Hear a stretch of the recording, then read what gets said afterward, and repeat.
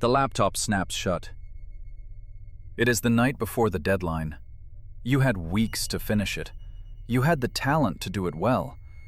But instead, you chose to fail. We see this moment everywhere. A person gets the promotion, then shows up late 3 days in a row. A couple falls in love, and one partner picks a fight just to see if the other will leave.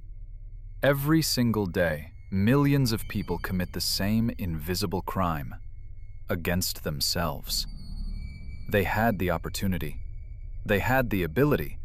And yet, right when success was within reach, they pulled the plug. You know this feeling. You set the goal. You make the plan. You even start strong. Then, you blow it. And afterward, you're left with the same haunting question. Why do I keep doing this to myself? This is psychology. And today, we are going to meet the part of your mind that you've been fighting your entire life. Most people call it laziness or a lack of willpower, but psychologists know the truth is far more complex. The saboteur in your head isn't trying to hurt you, it's trying to save you. It believes that failure is safer than success, and until you understand why, you will never stop doing it. So let's find out why your brain wants you to fail. If you feel like you're the only one who does this, you're wrong. In a recent survey, 95% of people reported engaging in self-sabotaging behavior. It is perhaps the most universal human neurosis. But it's a shapeshifter. It rarely looks like direct destruction. Sometimes it wears the mask of procrastination. You delay the work until the last possible second. Why? Because if you rush and fail, you can say, "I didn't have enough time." But if you try your hardest and fail, that says something about you. Other times, it looks like perfectionism. If it can't be perfect, you won't ship it at all. Or maybe it's the almost pattern. You start the project, go to the gym for 3 weeks, and then you ghost your own life. Psychologists have mapped this cycle perfectly. It starts with fear. You avoid the task to reduce the anxiety. This gives you immediate relief. You feel better now, but the cost is your future. Willpower can't fix this, because willpower fights the symptoms. To stop it, we have to look at the cause. You aren't afraid of failing.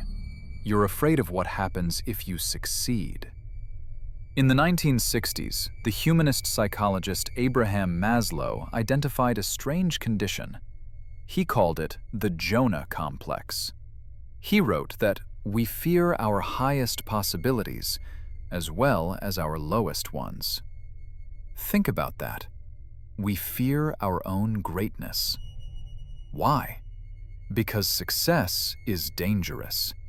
Success brings visibility. It brings judgment. It brings expectation.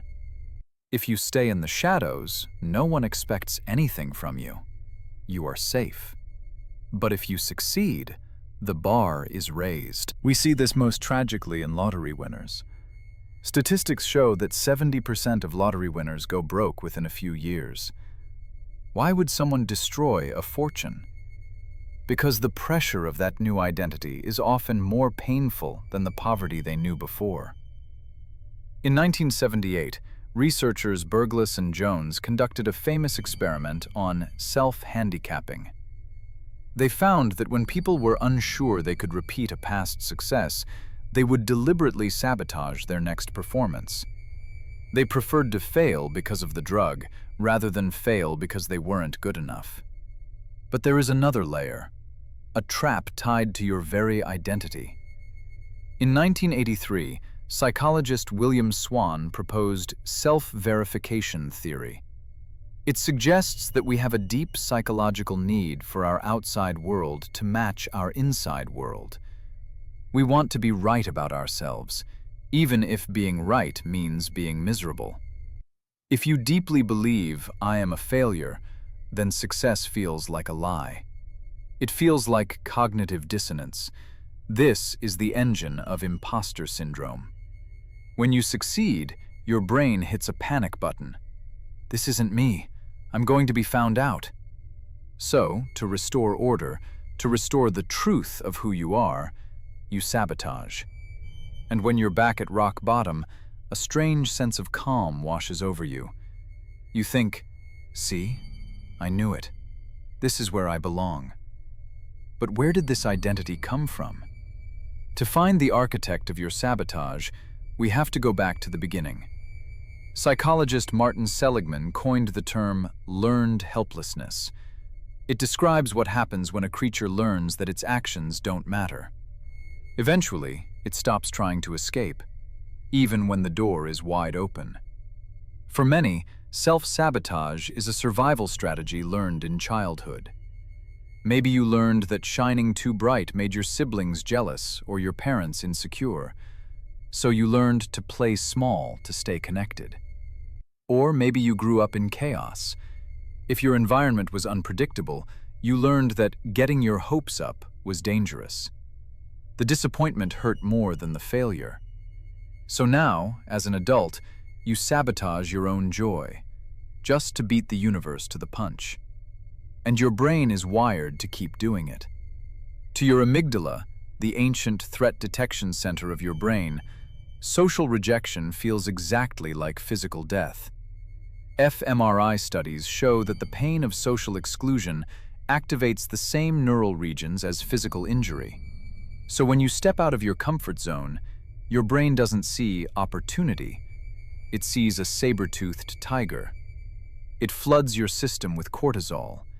It inhibits your prefrontal cortex, the logical part of your brain. You literally become unable to think clearly. You revert to instinct. And your instinct is retreat to the known. Your brain prefers a certain hell over an uncertain heaven. So, is there any hope? Can we rewrite a code this deep? Yes, but you have to stop fighting yourself. The first step is to give the saboteur a name. Recognize that it isn't a monster. It's a frightened part of you that learned long ago that staying small was the safest way to survive. But you aren't that child anymore. And the dangers it fears, rejection, judgment, the weight of success, are survivable now.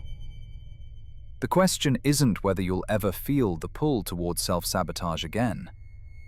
You will. The question is what you'll choose in that moment. Success isn't about eliminating fear. It's about acting despite it. And now that you understand why you do it, you can finally choose differently. Perhaps the saboteur never fully disappears, but maybe that's okay. It's just a reminder of how far you've come. I'm here to help you know the mind. See you in the next exploration.